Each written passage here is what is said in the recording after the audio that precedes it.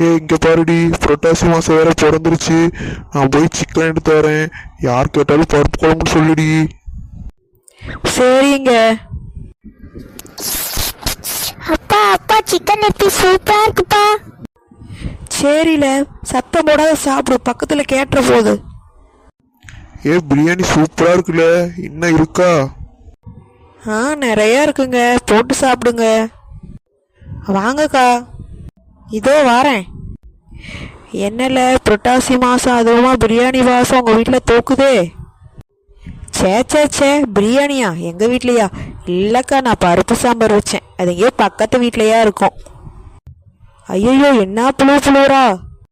நான் இல்லை, வீட்டுக்கார காலைல கறிக்கல்ல பார்த்தேன்.